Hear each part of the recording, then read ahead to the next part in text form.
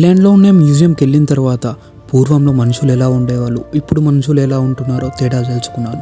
హైదరాబాద్ నుంచి 150 kilometres travel అయిన తర్వాత నాగార్జున సాగర్ అనే విలేజ్ రీచ్ అవుతాం.